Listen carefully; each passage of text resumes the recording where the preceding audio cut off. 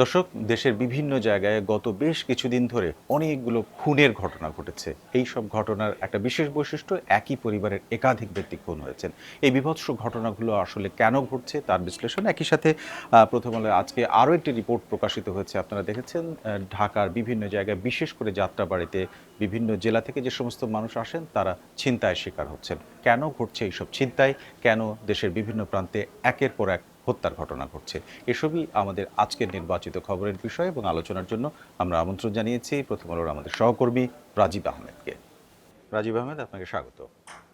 প্রথমে জানতে চাইব আজকের প্রথম আলোর শিরোনাম যে খবরটি, যে দেশে একের পর এক খুনের ঘটনা ঘটে চলেছে এবং খুনের ঘটনাগুলো ভয়ঙ্কর ধরনের ঘটনা, এটির প্রথমে এসেছে। ঠিক কোন কোন ঘটনা এই রিপোর্টটার মধ্যে উঠে এসেছে?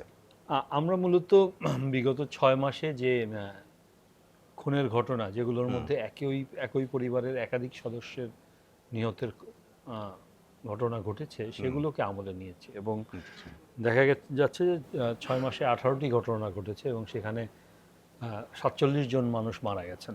এটার কারণ হলো, আপনি জানেন যে রংপুরে কয়েকদিন আগেই একটি পরিবারের 4 জন সদস্যকে খুন করা হলো, মা বাবা ছেলে মেয়ে। জি, মানে একটা অত্যন্ত ভয়ঙ্কর ঘটনা, যে একই পরিবারের সব সদস্যকে একসাথে মেরে ফেলা হচ্ছে। এরকম আরও ঘটনা আছে, যেমন ধরেন আপনি লক্ষ্মীপুরে কয়েক মাস আগে আপনার একই পরিবারের মানে মা এবং 3 মেয়েকে কুপিয়ে হত্যা করেছিল দুপুরবেলা। দুপুরবেলা তার বাসায় ঢুকে দা দিয়ে কুপিয়ে 3 জনকে হত্যা করা হলো। এর আগে চট্টগ্রামে আনোয়ারায় এক ছেলে তার মা এবং বাবাকে খুন করেছে।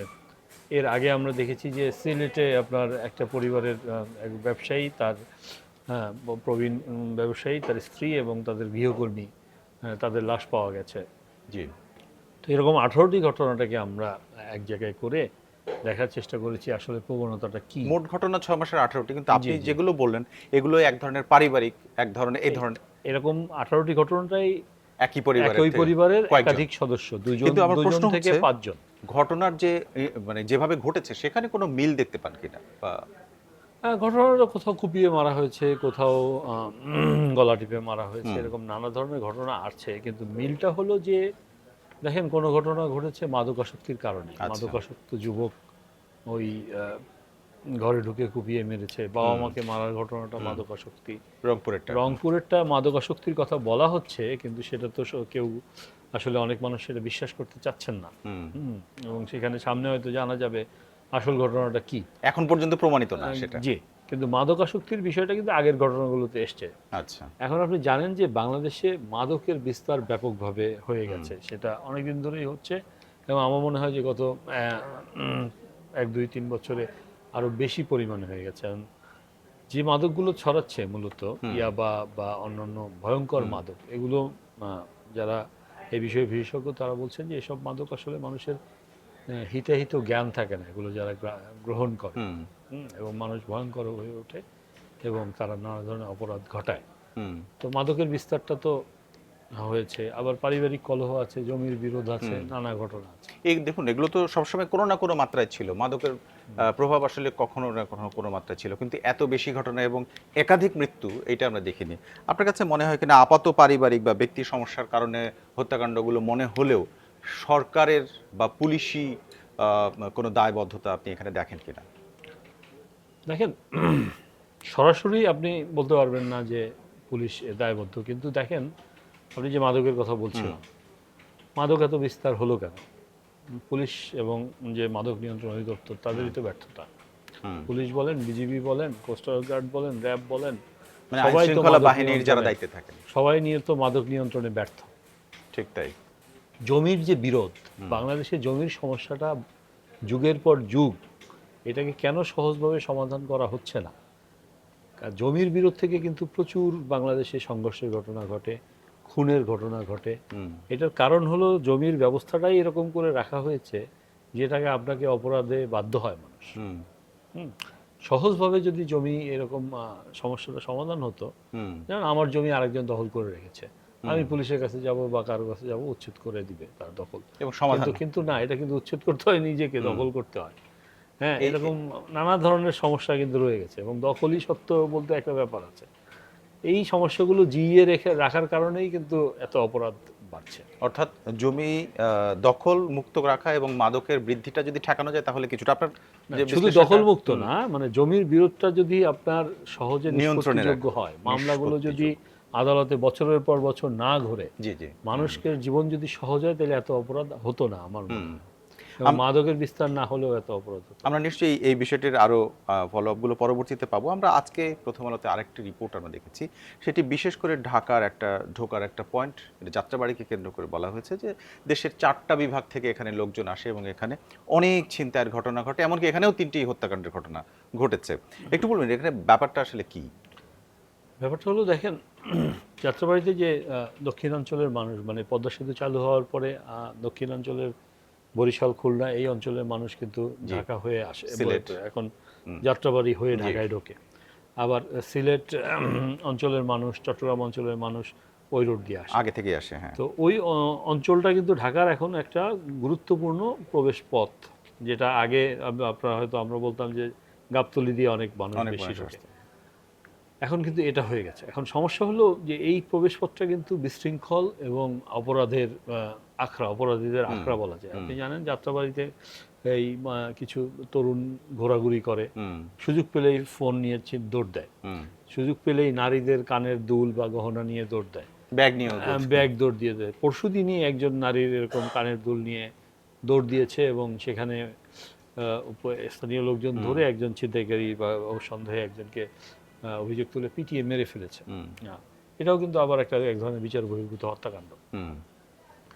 এটা কিন্তু দিনের পর দিন ওই জায়গাটায় ঘটছে জি। এবং চরম অনিরাপদ। আপনি বাসে উঠে যখন রওনা দিবেন তখনই বলবে যে আপনাকে মোবাইল সাবধান, বাসের জানলা বন্ধ রাখুন। যেমন আমি গত ঈদের সময় যাওয়ার সময়, আমাদের বাড়ি বরিশালে যাওয়ার সময় আমাদের বাসের ড্রাইভার বললেন যে বাসের জানালা বন্ধ রাখেন। বাসের জানালা বন্ধ রেখেছিলাম আমরা, সেই জানালা খুলে আমার পাশের যাত্রীর ফোনটা নিয়ে নেওয়ার চেষ্টা হয়েছে। যদি মানে নিতে খোলা পারে থাকলে না। আরো যায়। হ্যাঁ, খোলা থাকলে তো তাদের জন্য। এবং ওই ছেলেগুলো যেগুলো এই কাজটা করছিল, ওরা কিন্তু ওই জায়গা থেকে সরে না, ওই জায়গায় দাঁড়ায় ছিল।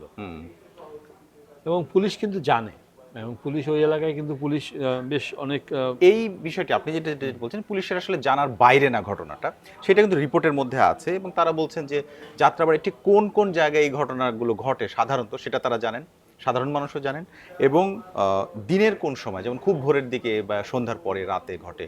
তাহলে কি পুলিশের মানে এটার ব্যাপারে পদক্ষেপ নেওয়া সহজ না, যে কোথায় কোথায় নিবে এবং কখন নিবে? ছিল তো সহজ। খুবই সহজ।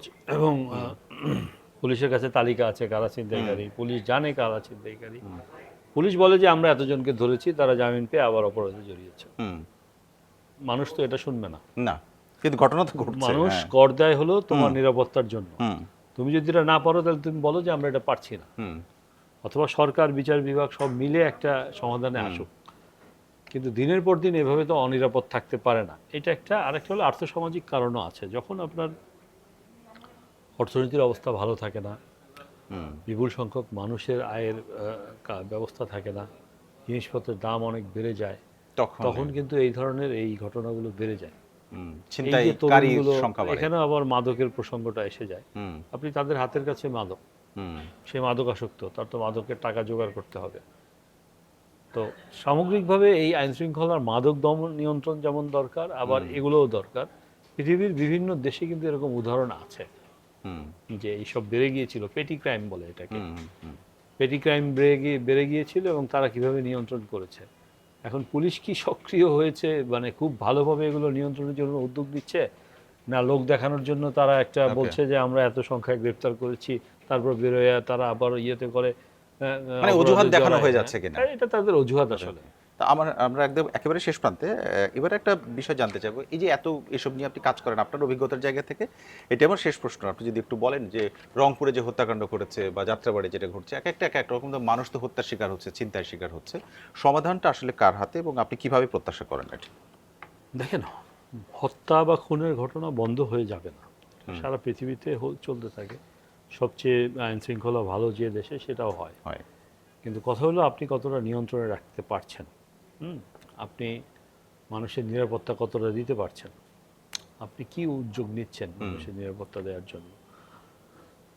জুলাই গণঅভ্যুত্থানের পরে পুলিশ যে একটা ভঙ্গুর অবস্থায় চলে গিয়েছিল, আপনি জানেন যে পুলিশ জনগণের ওপর গুলি চালিয়েছে এবং তারপরে থানাগুলোতে হামলা হয়েছে, অনেক থানা পুড়িয়ে দেওয়া হয়েছে, পুলিশের সেই অপরাধী অফিসাররা এই যাত্রাবাড়িও পালিয়ে গিয়েছেন। একটা গুরুত্বপূর্ণ ধারা। পালিয়ে গিয়েছিলেন। তারপরে পুলিশ কিন্তু অনেকটা মানে ঘুরে দাঁড়াতে পারে নাই এখনো সেভাবে। তাদের অভ্যন্তরীণ নানা সমস্যা আছে, নেতৃত্বগত সমস্যা আছে কিনা আমি জানি না, অভ্যন্তরীণ সমস্যা আছে। তো সব মিলে সেই যে পুলিশ যে চরম ব্যাপক উদ্যমী হয়ে উদ্যোগী হয়ে অপরাধ দমনে মানুষের নিরাপত্তা দিতে নামবে, সেটা কিন্তু দেখা যাচ্ছে না। সেটাই আমার মনে দরকার। হয় সেটা চালু করাটাই সবচেয়ে গুরুত্বপূর্ণ। অনেক ধন্যবাদ আপনাকে রাজীব আহমেদ আজকে যোগের জন্য। জি। দর্শক, আজকে আমরা দেশের বিভিন্ন জায়গায় কেন হত্যাকাণ্ড ঘটছে, কেন ছিনতাই ঘটছে এবং সেটি ঢাকার মতো রাজধানীর ভেতরের মতো জায়গাতে, এই বিষয়গুলো নিয়ে আলোচনা করেছিল। এই ছিল নির্বাচিত খবরের আজকের বিষয়। নির্বাচিত খবর দেখুন প্রথমআলো.com সহ প্রথম আলোর ইউটিউব, ফেসবুক সহ সোশ্যাল মিডিয়ার সবগুলো প্ল্যাটফর্মে। সঙ্গে থাকার জন্য সবাইকে ধন্যবাদ।